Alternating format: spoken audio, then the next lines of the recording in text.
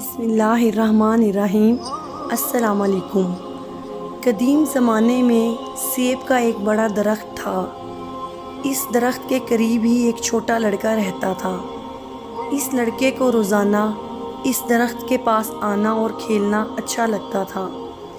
وہ اس درخت کے اوپر چڑھ جاتا اور اس کے پھل توڑ توڑ کر کھاتا اور پھر اس کے سائے میں سو جاتا۔ وہ لڑکا اس درخت کو بہت چاہتا تھا اور اس طرح اس درخت کو بھی اس لڑکے کے ساتھ کھیلنا اچھا لگتا تھا۔ وقت گزرتا رہا اور لڑکا بڑا ہو گیا۔ اب وہ پہلے کی طرح روزانہ اس درخت کے پاس کھیلنے نہیں آتا تھا۔ ایک روز وہ نوجوان درخت کے پاس آیا۔ وہ مایوس لگ رہا تھا۔ درخت نے اس سے کہا، آؤ میرے ساتھ کھیلو۔ نوجوان نے کہا، اب میں بچہ نہیں رہا، مجھے کچھ کھلونے چاہیے اور انہیں خریدنے کے لیے پیسوں کی ضرورت ہے۔ اس وقت درخت نے کہا، مجھے افسوس ہے، میرے پاس پیسے تو نہیں ہیں، لیکن میرے اوپر جو سیب لگے ہوئے ہیں تم انہیں توڑ کر بیچ سکتے ہو، اس کے بعد تمہارے پاس پیسہ آ جائے گا۔ نوجوان بہت خوش ہوا۔ اس نے درخت کے سبھی سیب توڑے اور خوشی خوشی چلا گیا۔ سیب توڑنے کے بعد نوجوان واپس نہیں آیا تو درخت کو مایوسی ہوئی۔ ایک دن وہ نوجوان آیا۔ اب وہ جوان ہو چکا تھا۔ درخت بہت خوش ہوا۔ اس نے جوان سے کہا، آؤ میرے ساتھ کھیلو۔ حسب توقع اس نے انکار کر دیا، میرے پاس کھیلنے کا وقت نہیں ہے، میرے لیے ضروری ہے کہ میں اپنے کنبے کے لیے کام کروں، ہمیں رہنے کے لیے ایک مکان کی ضرورت ہے، کیا آپ میری مدد کر سکتے ہیں؟ درخت نے اس سے کہا، افسوس ہے لیکن میرے پاس کوئی گھر نہیں ہے، پھر بھی اپنا گھر بنانے کے لیے تم میری ٹہنیاں کاٹ سکتے ہو۔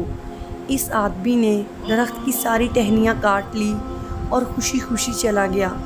اسے خوش دیکھ کر درخت خوش تھا، لیکن اس وقت کے بعد آدمی اس کے پاس واپس نہیں لوٹا تو درخت کو پھر سے تنہائی اور مایوسی کا احساس ہونے لگا۔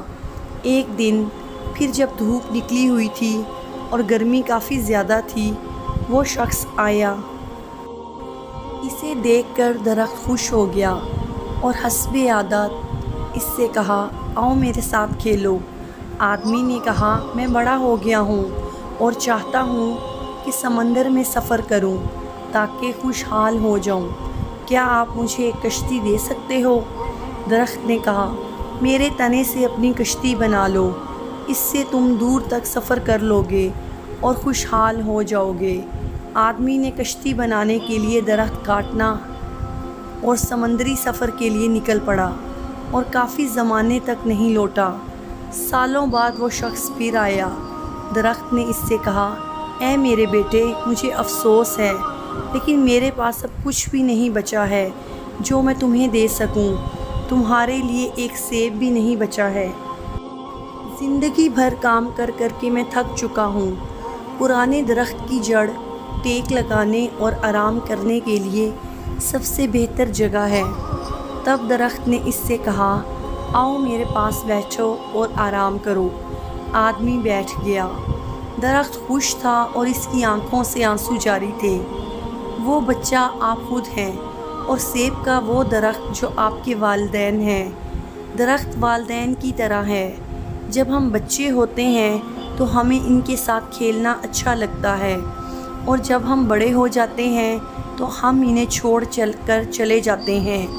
اس وقت واپس آتے ہیں جب ہمیں ان سے کوئی ضرورت ہوتی ہے، اور کچھ بھی ہو جائے، والدین کبھی بھی اپنی قیمتی سے قیمتی چیز اپنے بچے کو دینے میں تردد نہیں کرتے، جو ان کی آنکھوں میں بچے ہی رہتے ہیں۔